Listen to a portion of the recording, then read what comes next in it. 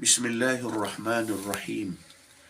Di dalam sejarah Islam, terlalu banyak peristiwa-peristiwa yang menjadi pengajaran kepada kita orang-orang Islam, orang-orang yang beriman, khususnya di zaman ini. Antara peristiwa yang berlaku di dalam Islam, khususnya yang berkait dengan Nabi SAW, ialah peristiwa dakwah. Nabi SAW berdakwah di Mekah. Berdakwah di Mekah, berjihad di Mekah, berjuang di Mekah. Antaranya juga ialah kisah Nabi SAW berhijrah ke Al-Madinatul Munawwarah. Dan seterusnya, peristiwa-peristiwa yang berlaku di Madinah. Peperangan Badar, peperangan Uhud, peperangan Khandaq, dan macam-macam peristiwa.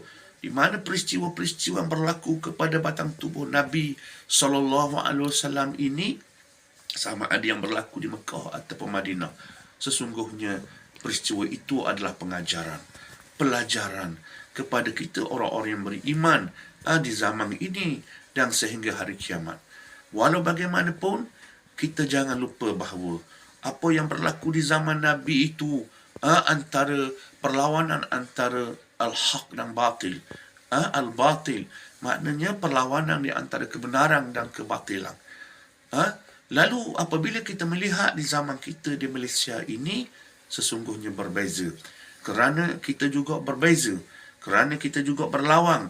Tetapi perlawanan kita adalah perlawanan di antara yang benar sama benar. Antara orang Islam sama orang Islam. Mereka berbeza hanyalah ijtihad politik. Yang berkait dengan politik. Mereka berbeza. Jadi oleh kerana itulah, kita kena faham bahawa realiti di zaman Nabi dengan realiti di zaman ini berlainan. Medan perjuangan di zaman Nabi dengan medan perjuangan di zaman kita ini berlainan. Lama kadang-kadang orang kita silap. Apabila mereka baca sejarah Nabi di Mekah, sejarah Nabi di Madinah, cerita perang Badar, perang Uhud, lalu mereka anggap mereka lah di puak Nabi, dan orang lawan mereka ni adalah batil, adalah sesat, adalah lawan Islam, menjadi musuh Allah, menjadi munafik. Ini sebenarnya pahaman yang salah. Tak salah kita membaca sejarah Mekah, dakwah di Mekah, perjuangan di Mekah. Tak salah kita membaca sejarah perjuangan di Madinah, Nabi dan para sahabat. Kita baca peperangan Badar, peperangan Uhud. Tetapi apa yang berlaku itu realiti yang berlainan. Perlawanan, permusuhan di mana Nabi dan para sahabat dengan orang kafir itu, antara akidah kufur dengan akidah Islam, akidah Islam dengan akidah kufur, agama Islam dengan agama kufur.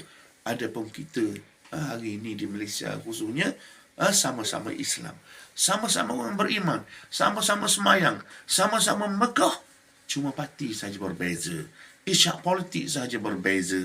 Oleh kerana itu, kita jangan bermusuh antara kita. Jangan membenci antara kita. Kita hendaklah hormat menghormati antara kita. Kita hendaklah menyayangi orang lain juga. Walaupun kita berjuang Islam, orang lain juga berjuang Islam. Cumanya, wadah saja berbeza. Ijtihad saja berbeza. Jadi kadang-kadang orang kita tersilap. Terlalu semangat dalam keadaan jahil melihat kisah-kisah di zaman Nabi dan para sahabat. Semangat keterlaluan. Jahil melihat realiti. Mungkin faham cerita Mekah, faham cerita Madinah, tetapi lupa, jahil melihat realiti, membeza antara satu realiti dengan realiti yang lain. Maka hukum jadi berbeza. Sikap sepatutnya jadi berbeza. Pendekatan juga jadi berbeza. Jadi saya nak beritahu bahawa walaupun kita di Malaysia ini berlaku juga perlawanan dalam politik, bukan lawan dalam bab akidah, bukan lawan dalam bab agama, satu agama Islam, satu agama kafir. Kita adalah sesama Islam.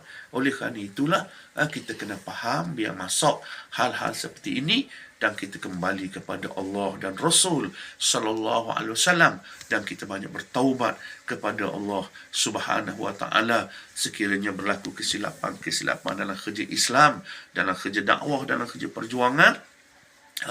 Kita kena kembali balik kepada Allah, muhasabah diri, melihat sebetul-betulnya cerita yang berlaku di zaman Nabi dan bagaimana yang sepatutnya kita lakukan di zaman ini, di zaman sekarang, di Malaysia ini, supaya kita mendapat redha Allah Subhanahu wa taala. Wallahu a'lam.